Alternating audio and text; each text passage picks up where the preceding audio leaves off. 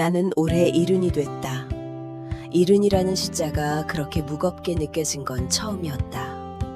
69가지는 그냥 나이였는데 이른이 되던 날 아침엔 괜히 거울을 오래 들여다봤다. 주름진 손등, 하얗게 센 머리, 눈가에 깊어진 주름들. 그래도 나는 웃었다.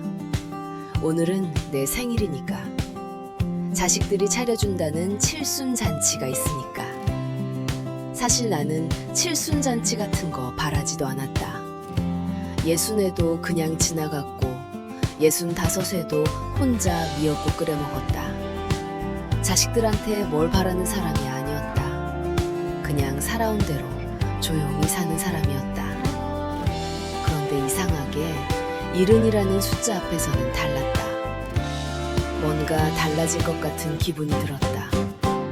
아니, 달라지길 바랐는지도 모른다. 남편이 떠난 게 내가 55살 때였다. 갑작스러운 일이었다. 아침에 출근하던 남편이 저녁에 돌아오지 않았다. 병원에서 연락이 왔고 나는 그 길로 달려갔다. 그게 마지막이었다. 그때부터 15년을 혼자 살았다. 민준이는 결혼해서 분가했고 지훈이도 살림을 차렸고 막내 성훈이는 직장을 얻어나갔다. 자식 셋이 다 떠나고 나서 집이 그렇게 조용한 줄 몰랐다. 밥을 혼자 먹고 잠을 혼자 자고 명절에는 혼자 전을 부쳤다. 자식들이 바쁜 거 알았다. 민준이는 회사 일이 많았고 지훈이는 애들 키우느라 정신이 없었고 막내 성훈이는 아직 자리를 잡는 중이었다. 그래서 나는 늘 괜찮다고 했다. 오지 않아도 괜찮다고. 바쁘면 어쩔 수 없다고. 큰아들 민준이가 먼저 말을 꺼낸 건 한 달 전이었다. 명절에 잠깐 들렀다가 신발 신으면서 말했다. 엄마, 칠술수는 우리가 다 준비할게. 걱정하지 마. 나는 그 말이 그렇게 좋았다. 그냥 말 한마디인데도 눈물이 날 것 같았다. 15년 만에 처음으로 자식이 뭔가를 해주겠다고 먼저 말했으니까. 나는 아무렇지 않은 척 웃으면서 말했다. 아이고, 괜찮아. 그냥 밥이나 같이 먹으면 되지. 민준이가 웃었다. 아니야, 제대로 해드려야지. 기대해요, 엄마. 둘째 딸 지은이도 카톡을 보내왔다. 엄마, 칠순 나도 갈게. 오빠가 식당 예약한다고 했지? 나 애들도 데려갈게. 손자들도 온다고 했다. 나는 그 메시지를 읽고 또 읽었다. 손자 민재가 끼어오는 모습이 눈에 선했다. 할머니! 하고 달려와서 품에 안길 것 같았다. 민재가 마지막으로 우리 집에 온 게 2해 전이었다. 그때 키가 이 정도였는데 지금은 얼마나 컸을까. 막내 아들 성훈이도 전화로 한마디 했다. 엄마, 그날 나 꼭 가요. 기대해요. 셋이 다 온다고 했다. 나는 그 말들을 하루에 몇 번씩 다시 읽었다. 자식 셋이 다 오는 날이 얼마만인가 싶어서. 마지막으로 다 같이 밥을 먹은 게 언제였는지 생각이 안 날 정도였다. 그 한 달이 어떻게 지나갔는지 모른다. 나는 미용실도 다녀왔다. 평소엔 동네 미용실에서 대충 자르는데 그날만큼은 파마도 새로 하고 손톱도 다듬었다. 미용실 원장이 말했다. 어머니, 오늘 무슨 날이에요? 평소랑 다르게 이것저것 다 하시네? 나는 웃으며 말했다. 칠순이에요. 자식들이 잔치를 해준다고 해서. 원장이 눈을 크게 떴다. 어머, 축하드려요. 자식들이 다 와요? 네, 셋 다 온대요. 원장이 진심으로 기뻐하는 것 같았다. 정말 좋으시겠다. 예쁘게 해드릴게요. 옷도 새로 샀다. 백화점까지 가서 연분홍 한복 저고리와 치마를 맞췄다. 점원이 말했다. 어머니, 정말 잘 어울리세요. 따님이 사드리는 거예요? 나는 웃으며 말했다. 아니요, 자식들이 잔치를 해준다고 해서요. 점원도 따라 웃었다. 어머, 좋으시겠어요. 나는 괜히 어깨가 펴졌다. 그뿐이 아니었다. 잔치 이틀 전에는 미역국용 소고기도 사다 냉장고에 넣어뒀다. 혹시 민준이네 식구들이 자고 가면 아침에 끓여줄 생각이었다. 손자 민재가 미역국 좋아하는 걸 알았으니까. 이불도 꺼내서 햇볕에 말렸다. 방 구석구석 청소도 했다. 혼자 사는 집이라 원래도 깨끗한 편인데 그래도 더 닦고 싶었다. 자식들이 오는 날이니까. 잔치 전날 밤엔 잠을 잘 못 잤다. 설레서. 70살 먹은 노인네가 생일 전날 밤에 설레다니 스스로 생각해도 우습긴 했다. 그래도 어쩔 수가 없었다. 내일은 내 새끼들이 다 오는 날이니까. 새벽 2시에 눈이 떠졌다. 다시 자려고 누웠는데 잠이 오지 않았다. 부엌에 나가서 물 한 잔 마시고 거실에 불 켜고 앉았다. 내일 자식들 얼굴이 떠올랐다. 민준이가 웃는 얼굴, 지은이가 애들 손잡고 들어오는 모습, 성훈이가 어색하게 서 있다가 내 손 잡아주는 것. 그런 생각을 하다 보니 어느새 날이 밝았다. 당일 아침 나는 일찍 일어났다. 세수하고 화장도 했다. 평소엔 화장을 잘 안 하는데 그날은 했다. 옷장에서 연분홍 한복을 꺼내서 입었다. 거울 앞에 서서 한 번 매만졌다. 나쁘지 않았다. 아니, 꽤 괜찮았다. 오후 4시. 나는 민준이가 알려준 식당 앞에 도착했다. 한라정이라는 한정식집이었다. 간판도 예쁘고 안이 들여다 보이는 통유리 너머로 하얀 테이블보가 깔린 자리들이 보였다. 안에서 누군가 웃는 소리가 들렸다. 가족끼리 모인 것 같았다. 나는 입구 앞에 서서 머리카락을 한 번 매만졌다. 핸드백 끈을 고쳐잡고 숨을 한 번 들이쉬었다. 그리고 문을 열었다. 어서 오세요. 예약하셨나요? 네, 김민준 이름으로요. 직원이 태블릿을 확인했다. 잠깐 멈췄다. 죄송한데요. 그 이름으로는 예약이 없으세요? 나는 잘못 들은 줄 알았다. 김민준이요. 오늘 칠순잔치로 예약했을 텐데요. 직원이 다시 한번 확인했다. 네, 다시 확인해봤는데도 없으십니다. 혹시 다른 이름으로 하셨을까요? 나는 다른 이름을 몰랐다. 민준이가 한다고 했으니까. 잠깐 기다려볼게요. 나는 식당 밖으로 나왔다. 핸드폰을 꺼냈다. 민준이한테 전화를 걸었다. 신호가 갔다. 1번, 2번, 3번. 받지 않았다.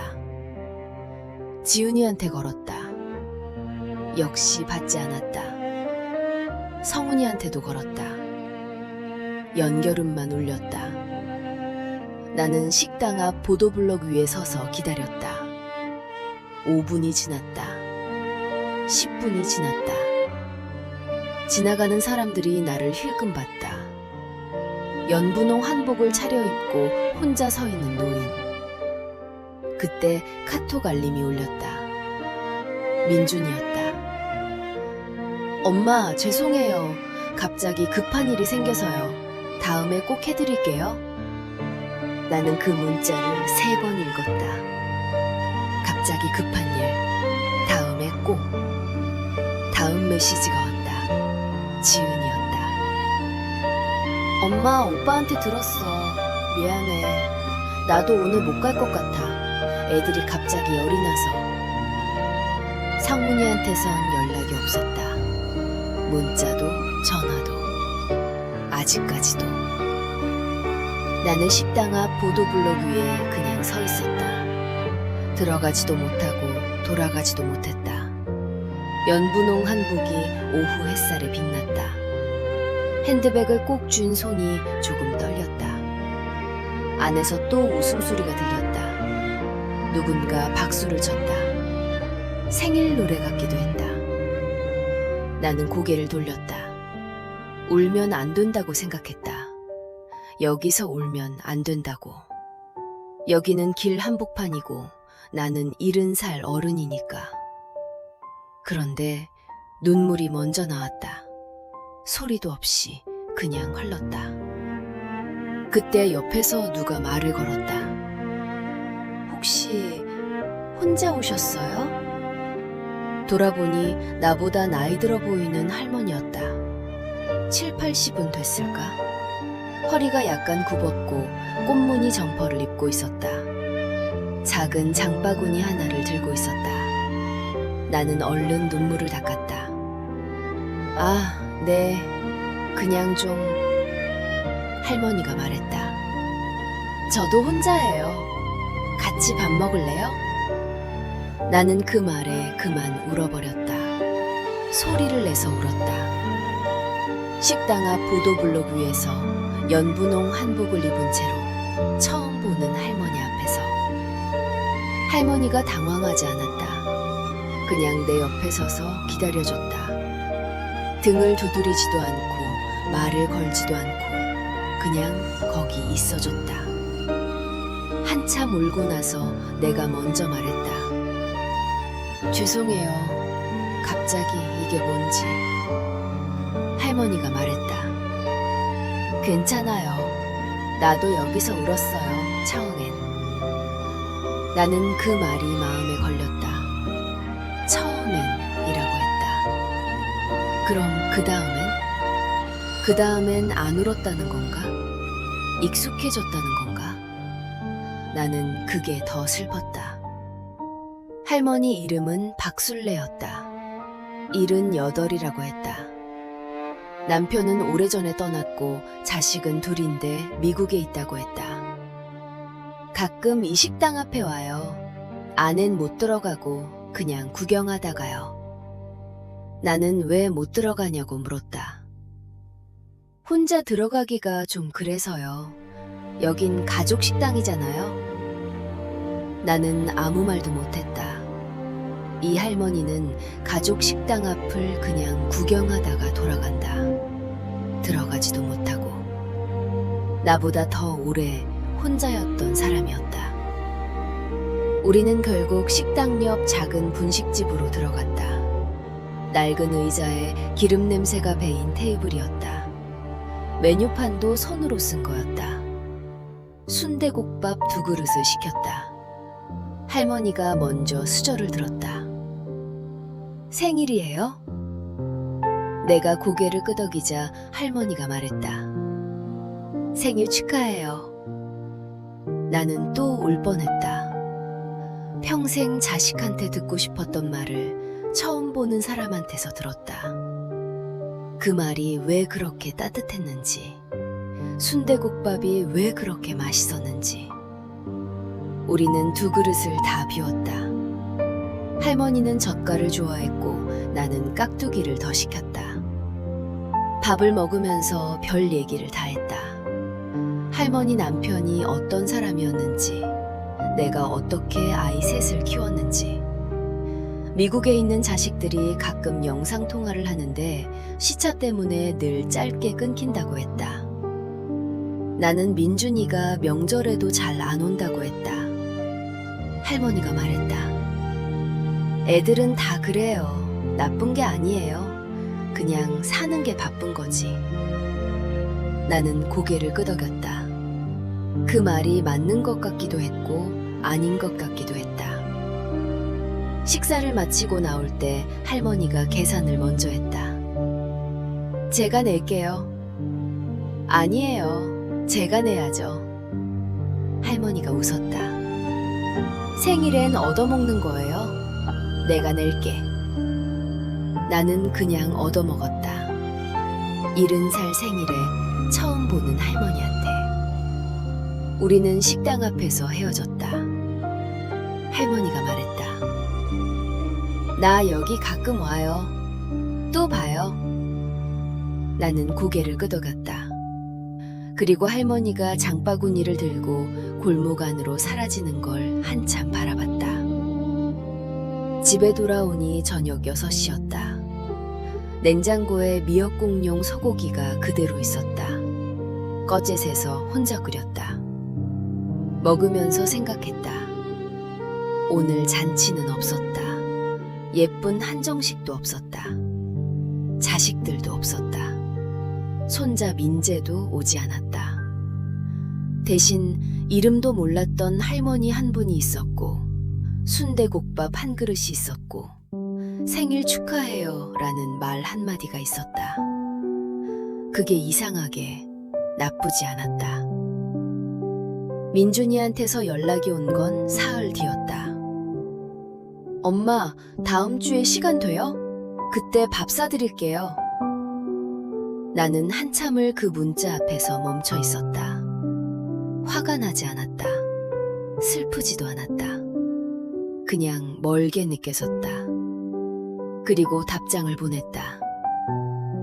괜찮아. 엄마 잘 먹었어. 그게 거짓말인지 아닌지는 나도 잘 모르겠다. 잘 먹은 건 맞으니까. 순대국밥이 진짜 맛있었으니까. 살면서 깨달은 게 하나 있다. 가장 따뜻한 말은 가장 가까운 사람한테서 오지 않을 때도 있다는 것. 그리고 그게 꼭 슬픔만은 아니라는 것도. 나는 지금도 가끔 그 분식집 앞을 지난다. 혹시 박술래 할머니가 있을까 싶어서. 한 번은 실제로 마주쳤다. 할머니가 먼저 알아보고 손을 흔들었다. 나도 손을 흔들었다. 우리는 그날도 순대국밥을 먹었다. 이번엔 내가 계산했다. 할머니가 웃으면서 말했다. 다음엔 또 내가 낼게요. 나는 웃었다. 그래요. 다음에 또 봐요.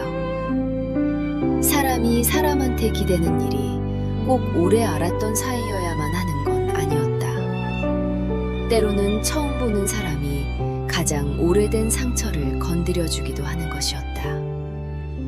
나는 그걸 70살이 되어서야 알았다. 조금 늦었지만 그래도 알게 돼서 다행이었다.